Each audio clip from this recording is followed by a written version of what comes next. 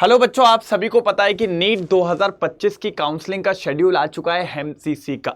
आप सभी को पता है 21 जुलाई से आपकी काउंसलिंग चालू हो जाएगी। अब बात आता है कि बेटा काउंसलिंग में क्या क्या चीजें बहुत जरूरी है। जैसे कि आपको पता होगा, इस वीडियो में मैं आपको बताने वाला हूं gap certificate as well as medical certificate के बारे में। बेटा दोनों सर्टिफिकेट आपके लिए बहुत ज्यादा इंपॉर्टेंट हैं। बेटा कुछ जब आप काउंसलिंग में बैठते हैं तो गैप सर्टिफिकेट तो बेटा मस्ट है। अगर आपका कोई भी गैप है तो आपको गैप सर्टिफिकेट लगेगा ही लगेगा। और बहुत से कॉलेजेस में, और जब आप जाते हैं ना वहां पे अपने डॉक्यूमेंट्स वेरिफिकेशन करने के लिए, तो वहां पर मेडिकल सर्टिफिकेट भी कुछ कॉलेजेस में मांगा जाता है। तो उसको बनवा के रखना अपना बहुत बड़ा फायदा है, इसीलिए उसको पहले बनवा लीजिए। पहले मैं बात करता हूं बेटा गैप सर्टिफिकेट का। बेटा दोनों सर्टिफिकेट्स बनवाने में कोई रॉकेट काम नहीं होना है, कुछ ज्यादा टाइम नहीं लगना है, बस कुछ चीजों का आपको पता होना चाहिए, आपके पास प्रॉपर फॉर्मेट होना चाहिए, अपना काम हो जाएगा। जैसे कि मैं सबसे पहले आपसे बात करता हूं गैप सर्टिफिकेट। अगर मैं बोलूं, वैसे तो ये दोनों सर्टिफिकेट बहुत ज्यादा इंपॉर्टेंट है, लेकिन बेटा सबसे इंपॉर्टेंट है गैप सर्टिफिकेट। अब मैं आपको एक एग्जांपल लेके भी समझा देता हूं, फटाफट गैप सर्टिफिकेट के बारे में मैं आपको बताता हूं। बेटा लेट सपोज कोई एक स्टूडेंट था, लेट सपोज पिंकी जी थी। पिंकी जी ने अपना 12th का एग्जाम दिया 2025 में, है ना। 2025 में उन्होंने 12th का एग्जाम दिया। 12th हुई होगी उनकी, या आप मान के चलिए फरवरी लास्ट में चालू गया था, मार्च तक उनके पेपर खत्म हो गए थे। अब उनका रिजल्ट आ गया और इसी साल उन्होंने नीट का एग्जाम भी दिया। नीट का एग्जाम भी उन्हें इसी साल दिया, ठीक है। और अब वो काउंसलिंग भी किसकी करने जा रहे हैं? 2025 की। इसी काउंसलिंग में बैठेंगे। तो बेटा उनका कोई गैप नहीं हुआ। तो जिस साल आपने नीट का पेपर दिया है उसी के 2 महीने पहले आपने नीट का एग्जाम, वो 12th का एग्जाम दिया होगा। तो उन बच्चों के लिए गैप सर्टिफिकेट नहीं है, कोई गैप सर्टिफिकेट नहीं है। जिन बच्चों का 12th वहीं हुआ है और उन्हीं ने नीट का एग्जाम दिया और उसी साल की काउंसलिंग में बैठे हुए हैं, कोई आप मान के चलिए उनको गैप सर्टिफिकेट नहीं चाहिए। अब गैप सर्टिफिकेट किसको चाहिए मैं बताता हूं। लेट सपोज यही पिंकी जी ने, सेम पिंकी जी ने अगर पेपर दिया होता 12th का 2024 में, ठीक है, कारणवश उनने उस साल भी नीट का एग्जाम दिया लेकिन नहीं हुआ, तो फिर उनने 1 साल की प्रिपरेशन करी, 1 ईयर प्रिपेयर किया उनने,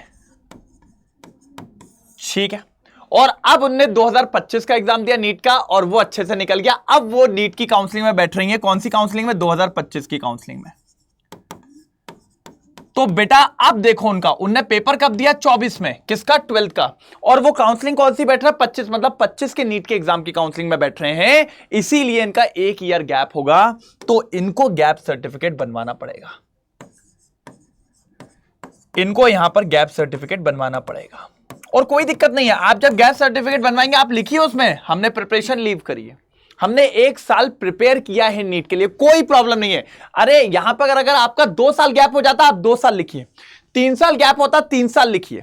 कुछ बच्चे तो क्या करते हैं बेटा, साथ में बीएससी ज्वाइन कर लेते हैं, है ना। बीएससी की डिग्री चल रही है, 3 साल उन्होंने बीएससी कर लिया, उसके बाद वो लोग नीट काउंसलिंग में बैठ रहे हैं, तो 3 साल का गैप आ गया। तो आप वहां पे ये भी मेंशन कर सकते हैं कि 3 साल हमने क्या किया, हमने बीएससी करा, वो भी गैप सर्टिफिकेट में डाल सकते हो। लेकिन मैं तो कहता हूं सबसे बढ़िया है, आप तो बताइए वहां पर गैप सर्टिफिकेट में क्या, कि हमारी प्रिपरेशन चल रही थी, हम नीट के लिए प्रिपेयर कर रहे थे, हम कोचिंग्स कर रहे थे, ये आप बताइए सबसे बेटर होता है। तो गैप सर्टिफिकेट समझ में आया। अगर 12th जिस साल हुई है और आप नीट काउंसलिंग में जो बैठ रहे हैं, अगर वो एक ही साल में नहीं है, उनके बीच में गैप है, तो उतने साल का गैप सर्टिफिकेट बनेगा। अब सर बनेगा कहां ये बताइए। तो बेटा इसका एक बहुत ईजी सा फॉर्मेट है ये। अच्छा, फॉर्मेट में थोड़ा सा चेंजेस भी आ जाते हैं। अगर देखा जाए तो नेट पे अगर आप देखेंगे तो बहुत सारे फॉर्मेट होते हैं, फॉर्मेट से ऐसा कोई फर्क नहीं पड़ता है। ये आपका एक फॉर्मेट दिया मैंने, इसको मैं अपने टेलीग्राम चैनल पे भी डाल दूंगा। इसमें आप सबसे पहले अपना नाम लिखेंगे, फादर्स नेम, सारी चीजें लिखेंगे। आप सक्सेसफुली आपने 12th पास करिए, कहां से करिए वो सारी चीजें लिखेंगे, इंस्टीट्यूट वगैरह, ये फर्स्ट लाइन में। उसके बाद आपका गैप कितना हुआ और रीजन क्या है गैप का वो मेंशन करेंगे। बस सिग्नेचर साइन करेंगे पूरा, कि जो भी आपने डिक्लेरेशन किया है वो बिल्कुल सही है कि नहीं है, कुछ गलत तो नहीं है। अगर गलत होगा तो फिर आपके साथ गलती हो जाएगी आगे। पूरा साइन वाइन करेंगे, फिर इसको लेके जाएंगे आप नोटरी शॉप पे। जो नोटरी होती है ना, जहां पर रेंट एग्रीमेंट्स और ये सब बनते हैं, वहां पर इस पे आप यहां पर एफिडेविट पे क्या करेंगे, नोटरी करवाएंगे। ठीक है बेटा, क्या करवाएंगे, नोटरी करवाएंगे। और जैसे ही आप इस पे नोटरी करवा लेंगे, ये एफिडेविट पूरा मान्य हो जाएगा और फिर इसको रख लीजिएगा, ये आपका हो गया गैप सर्टिफिकेट तैयार। हार्डली मैं कह रहा हूं सिर्फ 1 घंटे का काम है, 1 आवर का काम है ये, कुछ इसमें नहीं करना। आप पहले इसका स्क्रीनशॉट निकालिए, या नेट पे आपको मिल जाएगा, नहीं मिले तो मेरे टेलीग्राम चैनल पे डाल दूंगा। इसको पूरा फिल करिए, नीचे तक सिग्नेचर विग्नेचर सब कर लीजिए, उसके पास ले आइए, कहना है बेटा इसकी नोटरी कर दो। बेटा मत बोलना, वो आप बेटा रहोगे उसके लिए, वो दुकान वाला मालिक है, तो वो आपको इस पर नोटरी कर देगा और बस रेडी हो जाएगा। बस कोई दिक्कत नहीं, इसको रख लीजिए, आपका गैप सर्टिफिकेट तैयार है। ठीक है, क्लियर हुआ? अगर कोई दिक्कत आए तो मुझे एक बार कमेंट सेक्शन में बताइएगा। अब आगे जो आता है बेटा, उसको कहते हैं मेडिकल फिटनेस सर्टिफिकेट। ये ठीक है, ये होता है कि जब भी आप कहीं पर मेडिकल कोर्सेज में क्या कर रहे हैं, एडमिशन लेने जा रहे हैं, तो आपको बनाना पड़ता है। वैसे तो बेटा ये कुछ कॉलेजेस में मांगा जाता है, सब में नहीं, लेकिन बनवा लो ना, क्या दिक्कत है। ये एक फॉर्मेट है इसका, सर्टिफिकेट ऑफ मेडिकल फिटनेस। ठीक है, ठीक है, क्या आपको कुछ नहीं, ये पूरा रहेगा।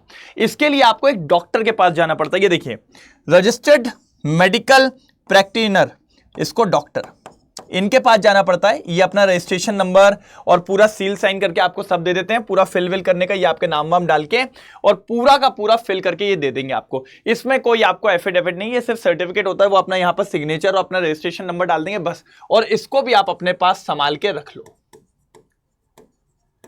तो ये भी हार्डली 1 घंटे में बन जाता है।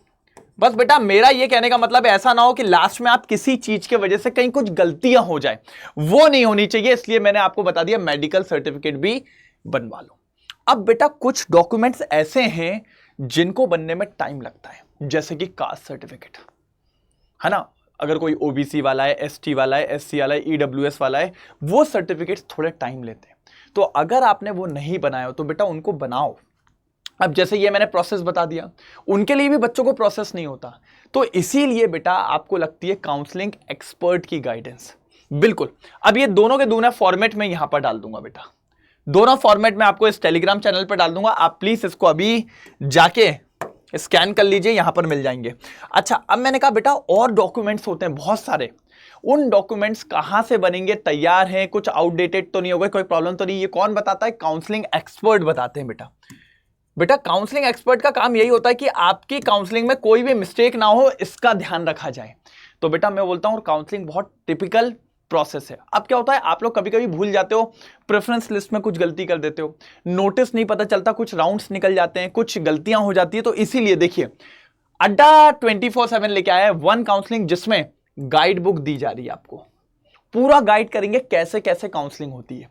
नोटिस अलर्ट कि कौन सा राउंड कब चालू हो रहा है, कब इसके लॉक चॉइस फिलिंग करनी है, लॉक करना है, सारी डिटेल्स आपको बताई जाएगी। काउंसलिंग एक्सपर्ट्स आपसे जुड़े रहेंगे। ये देखो सपोर्ट टीम रहेगी, वेबिनार रहेंगे, आप समझ रहे हैं, रिफंड असिस्टेंस। आप जानते हो कॉलेजेस के लिए सिक्योरिटी डिपॉजिट जमा होता है, वो कैसे मिलेगा वो भी ये बताएंगे। उसके बाद प्रूफ रीडिंग कॉल, ये उन्हीं के लिए है बेटा जो लेगा 1 Pro वाला।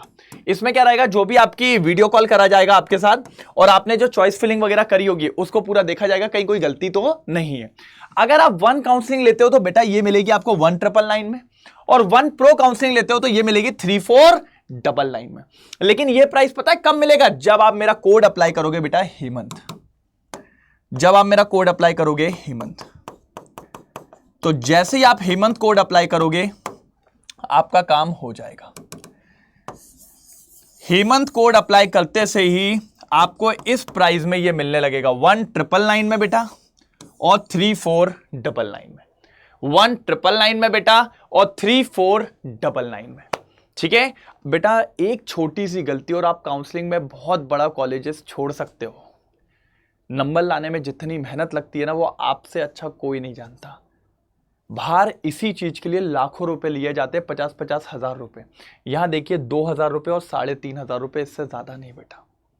तो मैं बस आपसे इतना चाहूंगा कि अगर आप काउंसलिंग में बैठ रहे हैं तो प्लीज इसमें एनरोल कराइए कि कोई भी मिस्टेक आपसे ना हो।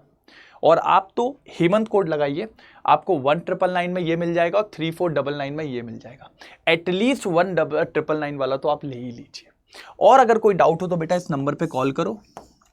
कॉल करने के बाद सारी डिटेल्स लेने के बाद आप उनको बोलिए मुझे ह्यूमन कोड लगाना है और इस प्राइस में आप इसको पा लीजिए, ठीक है। और काउंसलिंग को बढ़िया तरीके से करो और अच्छा कॉलेजेस आपको मिलेगा। अगर कोई डाउट हो तो मुझे कमेंट सेक्शन में बताइए, हम लोग लगे हैं वैसे सारी चीज़ें आपको एक्सप्लेन करते हुए जा रहे हैं, ठीक है बेटा। Okay, best of luck.